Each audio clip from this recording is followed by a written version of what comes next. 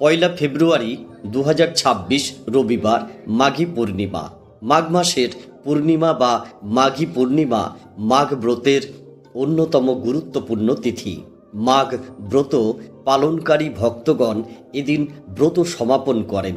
এদিন প্রয়াগরাজ ত্রিবেণীতে স্নান, গঙ্গা স্নান, দান, বিশেষ পূজা, হোমযজ্ঞ, গাভী পূজা, গাভী দান, বৈষ্ণব সেবার অনেক মাহাত্ম্য রয়েছে। এদিন প্রেম ভক্তির মহাজন শ্রীল নরোত্তম দাস ঠাকুর মহাশয়ের আবির্ভাব তিথি মহোৎসব রয়েছে। এবছর পয়লা ফেব্রুয়ারি 2026 রবিবার মাঘী পূর্ণিমা উৎসব পালিত হবে। এদিন প্রয়াগে মাঘ মেলায়ও অমৃত স্নান রয়েছে। এদিন শ্রীকৃষ্ণ মধুর উৎসব বসন্ত রাস রয়েছে। বসন্ত রাস উপলক্ষে শ্রী শ্রী রাধাকৃষ্ণের রাস মণ্ডপ বা বেদি সুন্দর সুগন্ধি পুষ্প পত্ররাজি দিয়ে সজ্জিত করা হয়। পীত বা হলুদাভ বর্ণের অস্ত্র অর্পণ করা হয়। রাসমণ্ডপে ভগবানকে মিষ্টান্ন ভাণ্ড নিবেদন করা হয়। এই দিন সমগ্র দিনরাত চন্দ্র কর্কট রাশিতে অবস্থান করবে এবং সূর্য মকর রাশিতে অবস্থান করবে। মাঘী পূর্ণিমায় কি করবেন? মাঘ মাসে প্রতিদিনই প্রাতঃস্নানের গুরুত্ব রয়েছে। বিশেষভাবে মাঘী পূর্ণিমা গুরুত্বপূর্ণ।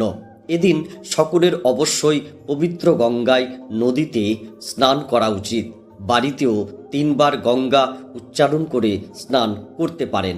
পূর্ণিমা তিথি এবং শ্রীল নরোত্তম দাস ঠাকুরের আবির্ভাব তিথি হেতু দুপুর 12টা পর্যন্ত উপবাস করতে পারেন। এতে বাধ্যবাধকতা নেই। যারা উপবাস করবেন দুপুর 12টার পর অন্নপ্রসাদ পারণ গ্রহণ করবেন। কৃষ্ণপ্রসাদ গ্রহণ বা অন্তত নিরামিষ অন্ন গ্রহণ করবেন। প্রাতঃস্নান, মঙ্গল আরতি করতে পারেন। অধিক হরিনাম জপ করবেন। ভগবানের সেবা পূজা অর্চনাদি করবেন। ভগবানের শ্রীচরণ কমলে তুলসী পত্র পুষ্পাঞ্জলি অর্পণ করবেন। তুলসীতে জলদান, আরতি, পরিক্রমাদি করবেন। চুলা ধুয়ে মুছে ভগবানের আলাদা পাত্রে অন্ন ব্যঞ্জনাদি শুদ্ধভাবে রান্না করে নিবেদন করতে পারেন। বিশেষভাবে মিষ্টান্ন পায়েস রান্না করে ভগবানকে নিবেদন করতে পারেন। শ্রীমদ্ ভগবত গীতা যথাযথ শ্রীমদ্ ভাগবত প্রভৃতি শাস্ত্র গ্রন্থ অধ্যয়ন করবেন। সম্ভব হলে শুদ্ধ ব্রাহ্মণ বৈষ্ণবকে ভোজন দান করবেন। সম্ভব হলে গাভী পূজা, গাভী সেবা, হোমাদি করতে পারেন। মাঘী পূর্ণিমায় কি করবেন না? মাছ, মাংস, ডিম, পেঁয়াজ, রসুন প্রভৃতি আমিষ দ্রব্য ভোজন করবেন না।